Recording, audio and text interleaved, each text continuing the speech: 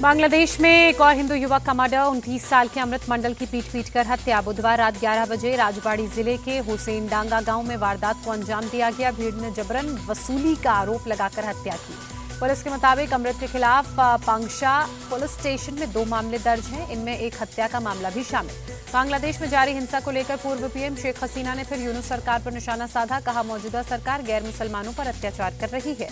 दबाव में आई बांग्लादेश की यूनुस सरकार चटगांव में हिंदुओं के घरों में आग लगाने वालों की पहचान बताने में इनाम देने का ऐलान किया। ढाका लौटने के बाद खालिदा जिया के बेटे तारिक रहमान ने कहा, हमें मिलकर नया बांग्लादेश बनाना होगा। नए बांग्लादेश में सभी धर्मों का सम्मान होगा। देश के भविष्य के लिए प्लान करने की जरूरत है। बांग्लादेश में हिंदुओं की मॉब लिंचिंग पर बीजेपी सख्त हुई। कोलकाता में आज बीजेपी नेताओं का डेलीगेशन बांग्लादेश हाई कमीशन जाएगा। एंट्री नहीं मिलने पर प्रदर्शन का ऐलान। शुभेंदु अधिकारी ने बांग्लादेश में मारे गए हिंदू दीपू चंद्र दास के पिता से बात की। 18 दिसंबर को कट्टरपंथियों ने पीटकर की थी हत्या। बांग्लादेश में हिंदुओं पर हो रहे हमले के खिलाफ भारत में आक्रोश। विश्व हिंदू परिषद और बजरंग दल के कार्यकर्ताओं ने पुरी में यूनुस सरकार के खिलाफ प्रदर्शन किया। बांग्लादेश में हिंदुओं पर हो रहे अत्याचार के खिलाफ लखनऊ में भी प्रदर्शन। विश्व हिंदू रक्षा परिषद ने बांग्लादेश के राष्ट्रपति का पुतला फूंका। बांग्लादेश में हिंदुओं पर हो रहे अत्याचार से भड़के बाबा बागेश्वर देश के हिंदुओं को एकजुट होने का आह्वान किया।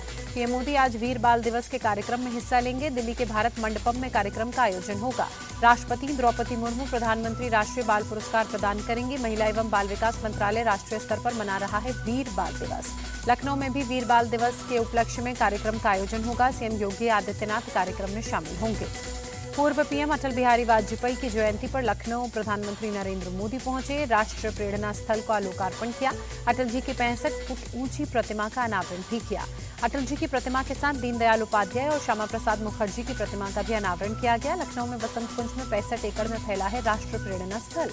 राष्ट्र प्रेरणा स्थल के लोकार्पण के बाद प्रधानमंत्री मोदी ने कहा, लखनऊ की धरती नई प्रेरणा की साक्षी बन रही है। अटल जी ने भारत की गौरव और अस्मिता की रक्षा की। प्रधानमंत्री ने कहा, पिछले 10 सालों में करोड़ों लोग गरीबी से निकले। हमारी सरकार ने पीछे छूटे लोगों को प्राथमिकता दी। हर व्यक्ति तक विकास पहुंचाना ही लोकतंत्र है। प्रधानमंत्री का इशारों में विपक्ष को सजेशन। कहा, बिना भेदभाव के काम करना ही सच्चा सेक्युलरिज्म है। पंडित दीनदयाल उपाध्याय का अंत्योदय का सपना मेरा संकल्प। प्रधानमंत्री ने कहा, नीति और नियत सही हो तो कुछ भी संभव है। हमने अनुच्छेद 370 की दीवार गिराई। आज भारत का संविधान जम्मू कश्मीर में भी लागू। गांधी परिवार पर प्रधानमंत्री मोदी का हमला। कहा, पहले एक ही परिवार के नाम पर योजनाएं होती थी, आज हर महान विभूति का सम्मान होता है। परिवारवाद पर प्रधानमंत्री मोदी ने कांग्रेस और सपा को घेरा। कहा, परिवारवादी लोगों ने राजनीतिक छुआछूत को जन्म दिया। इन लोगों ने अंबेडकर की विरासत को चोट पहुंचाई। यूपी बीजेपी के अध्यक्ष पंकज चौधरी ब्राह्मण समाज के विधायकों की मीटिंग को लेकर सख्त हुए। किसी तरह की नकारात्मक राजनीति का शिकार नहीं होने के लिए कहा। जनशक्ति जनता दल के नेता तेज प्रताप यादव ने अपनी ही पार्टी के प्रवक्ता के खिलाफ पुलिस में शिकायत दर्ज कराई। जान से मारने की धमकी देने का आरोप लगाया। उपेंद्र कुशवाहा के भोज में आरएलएम के 4 में से 3 विधायक नहीं पहुंचे। पार्टी में बगावत की अटकलें एक बार फिर से तेज हुई। उपेंद्र कुशवाहा के भोज से विधायकों के गायब रहने और नितिन नबीन से मुलाकात पर पार्टी की सफाई। कहा, शिष्टाचार भेद थी, व्यवस्था के कारण पार्टी में नहीं आ पाए। उपेंद्र कुशवाहा के विधायकों की गैर हाजिरी पर आरजेडी ने चुटकी ली। कहा, एनडीए के अंदर सब कुछ ठीक नहीं है, बीजेपी विधायकों को तोड़ने में जुटी हुई है।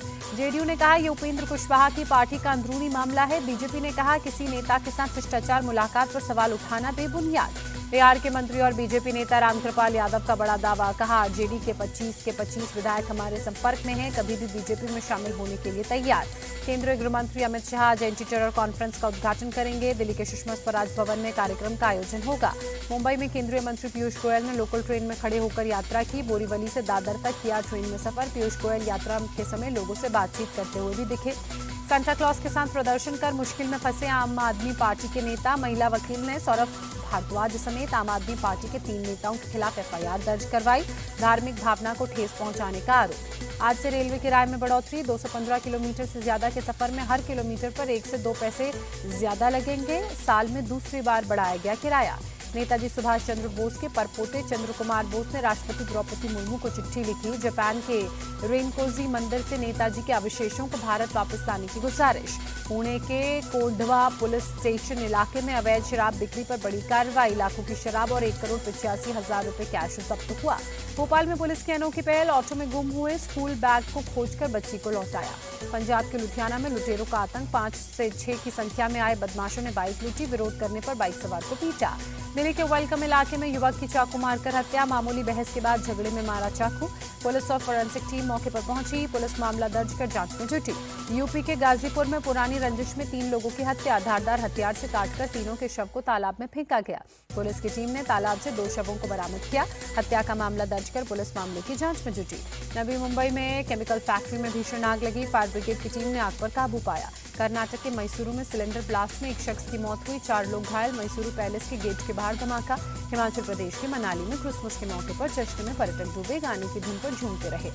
भारत और श्रीलंका वुमेन्स टीम के बीच तीसरा T20 मुकाबला आज तिरुवनंतपुरम में शाम 7 बजे खेला जाएगा। विशाखापट्टनम में पहले 2 T20 मैचों में भारत ने जीत दर्ज की। तीसरे T20 को जीतकर सीरीज पर कब्जा करने का भारत के पास सुनहरा मौका।